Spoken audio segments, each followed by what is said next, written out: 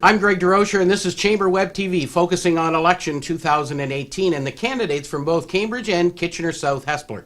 Here in our studio today is a candidate for the NDP party from the riding of Kitchener South-Hespeler, Fitzroy Vanderpool, better known as the Whip. How are you, Fitz? Hi. Thank you, Greg. Good to meet you. It's great to have you in our office. It's great to have you running for political office and taking all the experiences in life that you've had.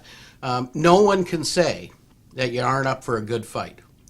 Well, no, you know what? I think I'm here. I want to represent the people. I've been amongst the community, hearing what they have to say. I've been amongst them, so I feel I can be a great representation for what they want. But Fitz, here's what's interesting. Why politics? Well, you know what? Actually, I've been my whole boxing career. I've been self-managed, self-financed, self-promoted. So I've actually been dealing with politics going through my boxing career. Yeah. And this is just another stem of it. It's a lot about politics, professional athletics, right? Very much so. Especially in the boxing world. Very much so in the boxing world. Yeah. And as you've seen in many cases, there's a lot of we call politics. Yeah. Right? At that time, right? Politics, but we've seen some politics. We'll maybe get into some of that stuff. So give us a little bit of background. I'm sure a lot of people know who you are, followed your career, of course, in boxing, and congratulations, by the way, on a wonderful career. Thank you. And thank you what you've done for the region of Waterloo to put us on the map in a big way from that perspective. But what's Fitz been up to since his boxing?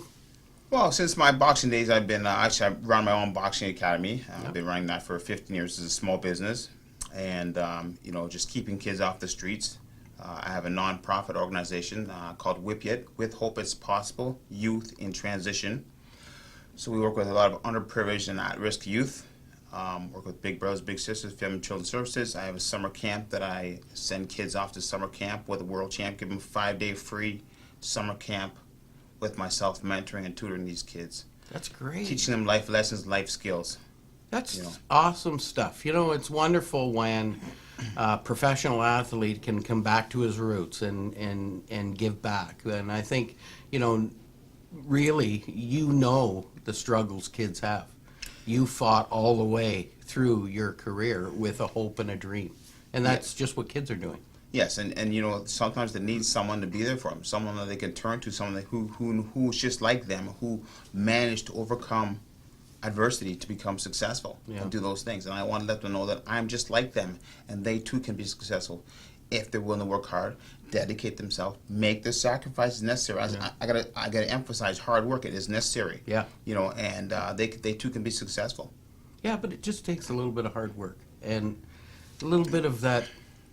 Building that dream inside your mind and saying, I want that dream.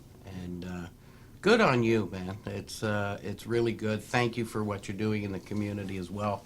But let's get to the real meat and potatoes of this. You're vying for a position in the provincial legislature to sit alongside of Andrea Horvath and her team, the NDP party. And the NDP party has a very robust platform. The Ontario Chamber of Commerce, along with chambers of commerce across the province and businesses, have come up with a program, what we call Vote Prosperity. And it's built on 4 pillars. The 4 pillars are strengthening business competitiveness, fostering job creation, building healthy communities, and improving government accountability. So we'll go through some of those with some questions and commentary. You're a small business owner, so you understand a lot of the things we're going to be talking about. And let's start off with maybe the biggest one, the electricity file. Would you say that the current government there has messed up this file? Yes, I would say that they've let the people down. They should be working for the people, but they've let the people down. By selling it off. Our hydro bills are pretty high, and my party, the NDP, we're looking to lower the hydro bills and save everybody 30% on the hydro bills. And now, being a house owner and a business owner, I would certainly like to save 30% of my hydro bills. I'll tell you that right now. Okay. I don't think you're alone. I think everybody watching this video is going to say, yeah, I'm good with the 30% discount. Yeah. So we're trying to want to bring this hydro back into the hands of the people. Where it belongs. So that's an interesting commentary, and I think we've heard lots about that. How do you think we are going to be able to buy back Hydro One, because that's in essence what we're going to have to do, and reduce hydro rates by 30%?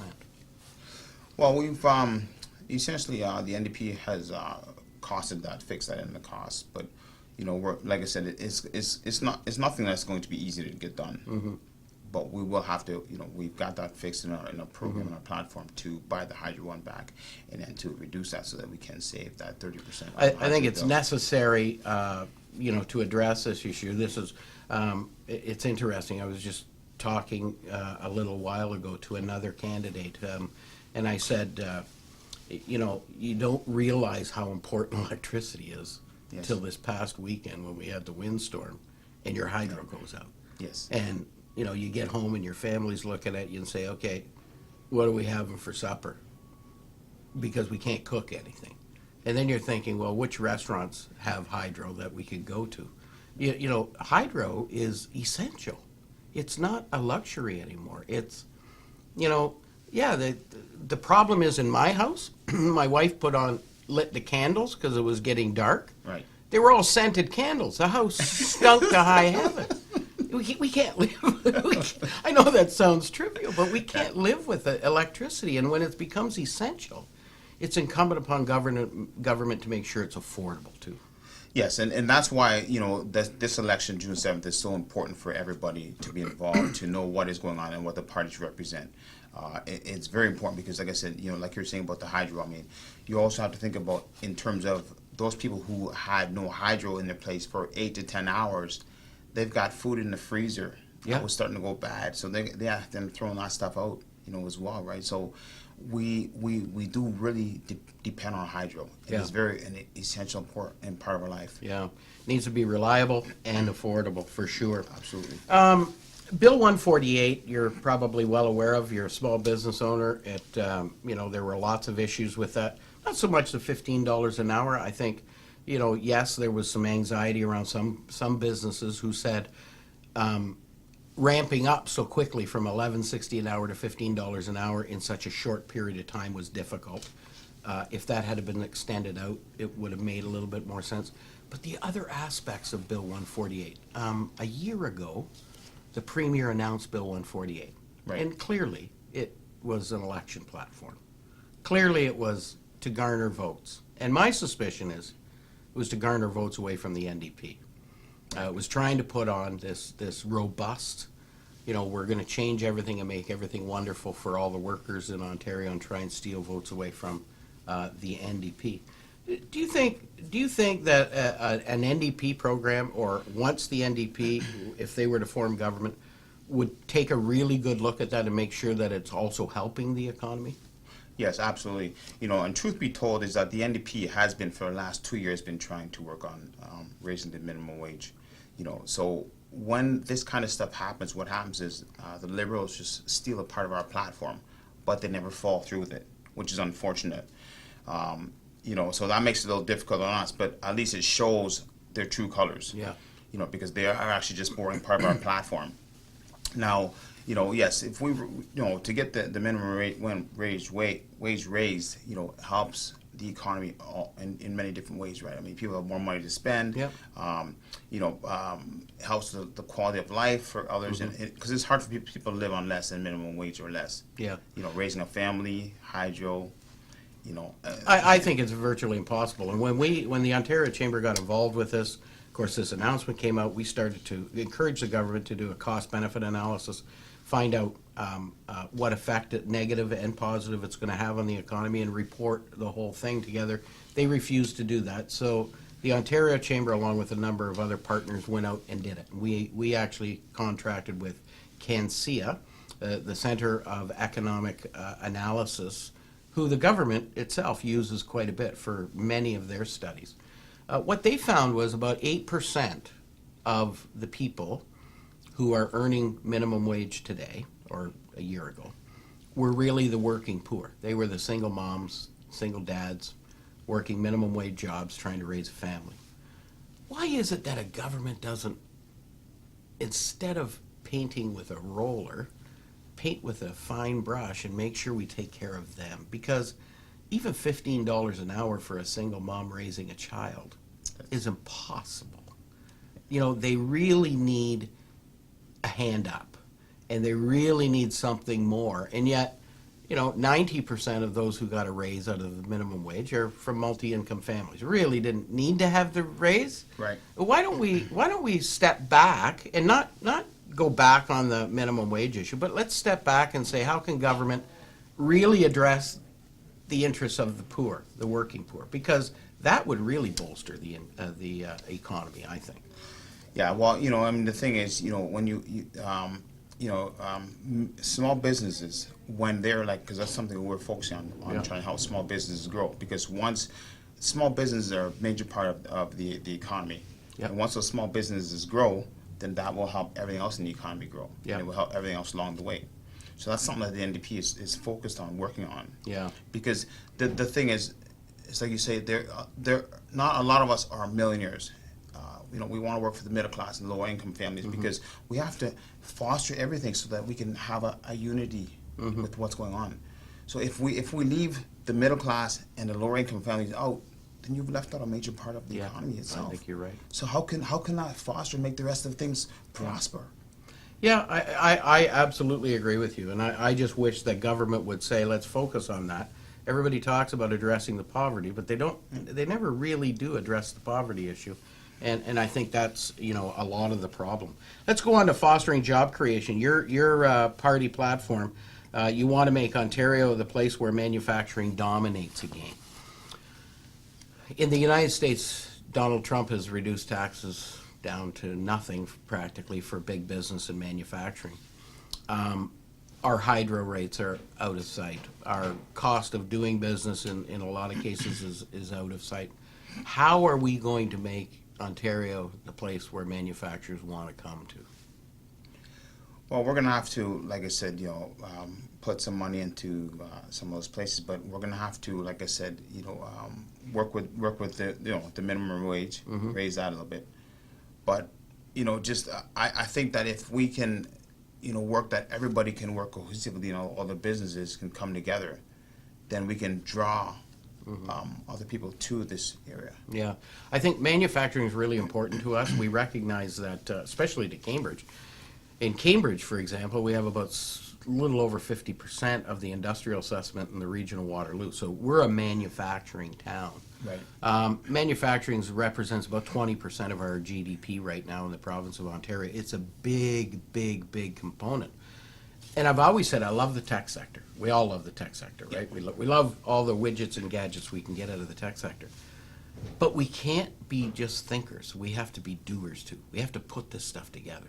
Yes. Because if we're just thinkers and not doers, somebody else has got control of our economy. China, India, Mexico, United States, wherever. I think, you know, from my perspective, I'm really interested in this on the NDP platform about bringing Ontario back in manufacturing. We lost 300,000 jobs the last 10 years in manufacturing. We need to get those good paying jobs back, and we need to get doing instead of just thinking. Yes. Oh, it's like they say, you know, faith without works is dead, right? So, you know, you can't just keep thinking about it. You have to get out there and make it happen, right? And the government is going to need to, you know, like I said, get out there and put this stuff, implement these things so that we can move forward, you know, and bring Ontario back to be a great province. I think we certainly have to have our arms wide open and start welcoming these businesses back again. Yeah. The apprenticeship program in Ontario, you know, there's lots of anxiety around that, and we need to modernize it and better match, kids with the job prospects that are out there. So, you know, my concern has always been, well, when you phone for a plumber, you're paying over $100 an hour for a plumber. You know, we need more plumbers. Yeah. You know, pretty simple math, right? How do you think, you know, whether this is in your platform or not, but how do you think, Fitz, we can get these kids to understand that being a plumber is an honorable occupation? You can make a really good living being a plumber. Yeah. Well, you know, I'll tell you what, like the NDP is looking to work with organizations and institutions to foster jobs for the young people. You know, so when they come out of school, they can get jobs. And I think that, by doing that, these young people will know that they have jobs available for them. So if we can work with them and we can foster this, then they'll know that, okay, once they get out of school with their education, that they can actually go into the workforce. Yeah. Right, that there's a job for them. And I think that, we need to make them aware of that, so that these things can happen. When you were growing up and when I was growing up, I don't ever remember too much in my mind where the education system really said, Greg, here's what's available for you to do. Right. They kind of taught me math and science and English and all of those great things that we Yes. need to have, but did I really know what I wanted to be in life? I didn't. At one point it was a fireman, then it was a policeman, right? Then it was a baseball player, then it was, hey, kids, right? Yes, yeah. Do you think that we need to have a closer relationship with government, business, and the education system to say, we have to, and it probably takes government making this happen, where educators work with businesses to say, we need to know what is being done in our community so our kids that we're teaching know what's available for them. Yeah, definitely. There is a thing called co-op that they do with the kids. They send the kids off to different workplaces, and I've had some kids that have come to my gym themselves to try to learn to see if being in the gym or running a gym business is the kind of stuff they want. But I think that it is important that the government does work closely and let that the teachers have that support that they can help those kids get to where they need to get, because we do need to, the co-op thing is good, but we need to have a closer hand on things so that kids can have that firm grasp on where they need to go when they finish high school, because that's where a lot of them end up taking an extra year or taking a year off to work, and then they don't end up going back to school, which is very unfortunate.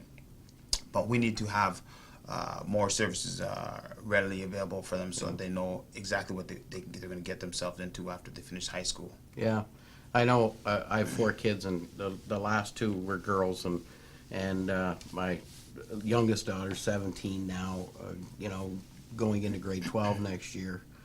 And even though her father is the head of a chamber of commerce and knows everything that's going on from a business perspective, she can't make up her mind what she wants to do in life, And I think to some degree, that, maybe the education system is failing a little bit to be able to get these kids to start focusing a little bit earlier and understanding what's available and what, they can recognize. They spend all day with these kids. They can recognize, hey, this kid would be a good plumber because he's interested or she's interested in working with her hands or whatever. I think we owe it to our kids so that they've got a clearer idea of what their destiny is when they start moving on in life. It's just important stuff. No, it is, and the teachers have to realize, how important they are, because they are very important to our kids and to how our kids get out into the world, because that work that they do, they probably don't get a lot of credit for it, but I want to thank the teachers for the great job that they do, working with our kids, helping these kids get forward in life. Sometimes it's a thankless job. All they do is get anxiety from both mom and dad and the kids. Building healthy communities. I know this is a passion for the NDP. Healthcare is a big part of your platform, and making sure that our healthcare system is robust and meets the needs of the community. One of the things that the Chamber has started to embrace, and we're behind the times like everybody else, including government, but what we're really starting to focus on is mental health is really important to us. We can draw a straight line between mental health issues and business. There's no question about it. It affects productivity. It affects all kinds of things. So we are developing a program at the Cambridge Chamber of Commerce. We're starting to build a toolkit for small business owners so that they'll be able to identify employees that they have with mental health issues. And then there'll be resources for them to be able to tap into so that they can get this taken care of so that they can help their employee. Don't you think you take the opioid crisis, you take addictions of all kinds, you take homelessness, all of this kind of stuff. We're really good at putting Band-Aids on things and, creating solutions to the issues. But we're not going all the way back to the root cause, which is mental health, and saying we need to make this a core principle of what we're trying to address. Mental health is driving a lot of this stuff, this opioid use, addictions of all kinds, homelessness. If we could be there at the beginning, I think we need to do that. And I think Andrea talks a lot about dealing with mental health at its root cause. Yeah, a lot of that stuff too. I mean, you know, like you said, going to the root of it, to the beginning. I mean, that a lot of that starts with these kids when they're young and in school, right? And those situations there. That's why, you know, it's important that we have more. We need more educational assistance to help out the teachers, both in the schools and also in the workplace, right? So that these things can be addressed properly, and probably maybe even have a little training for people on jobs and at the school to know how to identify these things, right? Because, like you said, if we can address it while they're young, then we don't have to worry about that much more at this stage, right? So it's better to raise a child than to mend a broken man, right? So if we raise them when they're young and we do it properly, we don't have to worry about trying to mend something when they're old. Yeah. Right. You must have seen lots of that in the industry that you were in the athletic world, where, you know, somebody falls down and gets hurt, or, you know, for whatever reason they can't pursue their dream, and it causes that mental illness, and they get on a track that is not good. We need to be there when they fall. Yeah, because I mean the biggest thing is that, you know, I mean, in life, you know, and sometimes people don't fall until later on in life, right? It's like when I fought, you know, winning a fight, I was winning. Then when I lost, it's like, okay, well, that's when I need people there for me, because you need help getting back up and to know, okay, hey champ, you know, you're good, you can do it. You know what I mean? You know, you need that encouragement, and the same thing is in life, right? I mean, you know, when something bad happens, when things are going good, everybody's there. When things start going bad, everybody leaves you. You're by yourself. You're like, okay, where was everybody? They were all here helping me before. Now there's nobody around, right? And you know, it gets difficult, and you know, people sometimes get selfish that way. But you need to understand that everybody's going through something, and you need to be there for someone. If you can help somebody in some way, even for a small thing, the simplest thing, smiling at somebody, giving them some word of encouragement. You know, that'll go a long way. I think we could solve a lot of society's problems if we're there in the beginning. I can remember having a meeting with a heart specialist in town, and he was trying to get me to go to the government and say that the government should be doing preventative health care for heart-related issues. And, you know, he says the government spends no money on that. He says the only time, Greg, I get paid is when I'm standing over you and you're on the gurney and I got the paddles in my hand. And, you know, he says, that's not when I should be treating you. I should be treating you before I have to stand there. Yeah. And we need to, you know, I think a robust health system in Ontario or in Canada or anywhere for that matter really needs to start right at these root causes. If we can keep people healthier, they're going to live longer and they're going to be a less burden on the healthcare system. And mental health is no different. Yeah, I think, well, you know, that's, like I said, one of my things why I came to the NDP was because of their healthcare system, the pharmacare system. And, you know, with the NDP, we want to put that healthcare system in place for all ages, gender, race, whatever. Whereas, you know, we know the Liberals have part of our platform, but they've only given that for 25 years and younger. Yeah. So they only want to follow half of our plan. Well, we want to follow the whole plan. We want to put it for all ages, because my thing is, like I said, over the Christmas time in December, my father was sick and he needs some medication, and he's been retired for over 10 years, so he's on a limited fixed income, and I felt bad because he said he didn't get that medication he needed. And I'm thinking to myself, you know what? When I was young, it was my mother and father and my grandparents were the ones raising us. Now it's our turn to raise them. Yeah. And, you know, knowing that you couldn't get that medication, you know, it was like... I know. And you know what? Some people are fortunate enough to have kids who are in the position to be able to help them through that. Other people aren't. And then they just go without. And that's not good either. No. You know, we are our brother's keeper, and we need to be taking care of everybody. That's for sure. We've got a beautiful universal health care system. I tease my colleague friends in the United States all the time. They talk about we have this crazy system up here. I said, what are you talking about? It's a crazy system. I go and get my MRI. It doesn't cost me anything. What's it cost you to get an MRI? You know? Yeah. They're like, I don't "Whoa." think we want their system. No. Improving government accountability. Andrea Horvath has been a champion in the legislature about this constantly. She has talked numerous times about the Auditor General's account of the government. For the last number of years, the Auditor General comes out and pistol whips the government basically on their accounting practices. And Andrea's been right there saying, you know, we need to listen to the Auditor General. She's independent. She's not got any bias. Right. She's just looking at the numbers. She's drawing a straight line between what's right and what's wrong. What's your opinion and your party's opinion on how we're going to fix this? I know Andrea was bold and came out with the idea of creating the Financial Accountability Officer's Office, which the Liberals stole and did, which is okay. It was good stuff that she came up with. Yes. But how will an Andrea Horvath government be more accountable to the taxpayer? Well, we're gonna like I said, we're gonna listen and get the input from with the taxpayers through the situation, right, through it all. But I think that we're going to be transparent. We're not going to hide everything. We're going to be open about it. And I think the best way is to, when you're open and you have nothing to hide, they can see what's going on along the way, right? Yeah. So it's not like, okay, boom, something just happened. No, you can see the path because you see everything going on, and you can follow exactly along what our routine is. Do you think you, if you were elected and you're sitting there and your leader's leading the government, she's the premier, and the Auditor General comes out at the end of the year and gives a report like she's given for the last couple of years, would you have the courage to stand up to your leader and say, hey, this is not right. We've got to fix these things. Like, isn't that what your job is?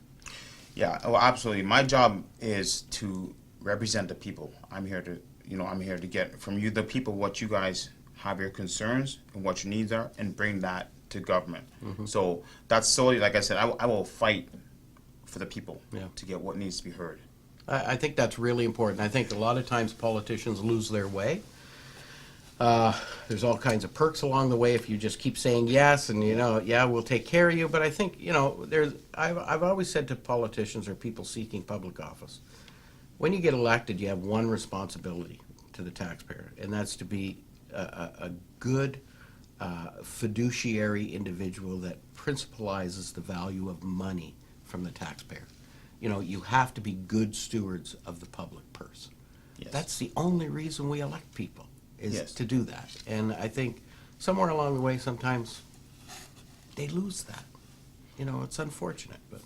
Well, it is unfortunate. Like I said, I mean, my thing, like I said, being a fighter myself, I said, I will fight for what needs to be done for the people, and I will keep my eye on what my job is, and that is to represent the people and get what people need done. And as long as you wear that big belt when you come into the legislature, nobody's going to fight back. For sure, for sure. Technology today, we talked a little bit about it. We love technology. It's out there. It's all over the place. Do you think government now is ready and technology is ready where the government of the day can say, look, we're going to dedicate a website. We're going to put up whatever the big issue of the day is. We want feedback from the province so that at least then they can find out if they're going in the right direction, if they're really listening to 50% of the people. Because once you get elected, you could get elected with 39% of the popular vote. Right. But once you do get elected, you're representing 100% of the people. Yes. So you should be listening to at least 50% of them to make your policy decisions. Think we're there yet with technology? Well, I think there's no reason that we can't have it that way, because I mean, like you said, it is important that we hear, like, we are representing 100% of the people, and I mean, at least 50% should be getting, we should be working towards that, right? Yeah. So I don't see a problem with that. Yeah. I don't think that there's a problem with that. Not that anybody's really talking, but I just I just think we're probably there from a technology. We got pretty good technology today. Yeah. If you want to find out what the people at Kitchener South-Hespeler are thinking about, you can pretty much figure that out just by putting out a poll of some sort, right. and getting a a good, healthy response from it. So why not? Fitz, do you believe in term limits? Do you believe in Do you theories? believe in term limits? Do you think you should only be allowed to Oh. run 3 times? You know what? I don't know. I'm not sure. I think that if the person is, out there being effective and getting the job done for the people, that that they should be able to continue on. Yeah. I think it would all depend on whether they're doing their job and whether they're being effective with what they're doing. That's what I mean. I just wonder if your career has anything to do with it. You kind of recognize when your best before date is. Right. And in professional athletics, you're not the one that decides when your best before date is. No. No. Your opponent decides when your best before date is. Yeah, your opponent and your body tells you, Yeah. you know what? I'm not sure I want to keep doing this, right? Yeah, but I think what happens is a lot of people want to turn it into a career, and it would be, I think, refreshing from my perspective if people said, I really need to be cognizant of that. I need to understand, is my best before date behind me? Do we need legislation for it? Probably not, but maybe we need to be talking more about it. Recognizing when is it time for you to step back. Right. We just look at some of them. We don't have as big a problem here in Canada because we always vote governments out. We don't vote people in. Right. Look at the U.S. Senate, though. Like, some of those people have been there for 50 years. It's kind of like a career. Yeah, they never go away. Yeah. They just never go away. So, but it's an interesting conversation. I know lots of people say, yeah, we should have term limits, but what you risk by doing that, I think, is the intellectual value of the people that are there. People who got great knowledge and Right. understanding. Right. You lose that when they're gone, and we need to figure. We haven't yet been able to harness that. Because it goes with them. So we need to figure that out before we can start putting term limits in. Very true, because that experience and knowledge is very, very important. Because the young ones coming in won't know back to a couple of days back what actually happened and how that was effective to make government run the way it really, did. really important. Fitz Vanderpool, I want to give you an opportunity to talk to your constituents in the riding of Kitchener South-Hespeler. So why don't you tell them why they should vote for you? I think that the NDP is going to be a great party. Andrea Horvath and the NDP are going to make the changes necessary. For years, we've been switching between the Liberals and the Conservatives, and I believe it's time for change. A change not from bad to worse, but a change for the better. Andrea can be held accountable, and she is the change that we need. My name is Fitzroy Vanderpool, and I'm running for MPP for the NDP in the Kitchener South and Hespeler. God bless Ontario and every place else. Well, there you heard it, folks, and we hope these videos help you to make an informed decision on June the 7th. We encourage you to reach out, talk to the candidates, and ask questions on issues that affect you most. And please vote on June the 7th. I'm Greg DeRocher for the Cambridge Chamber of Commerce. Thanks for watching. Fitz? Thank you.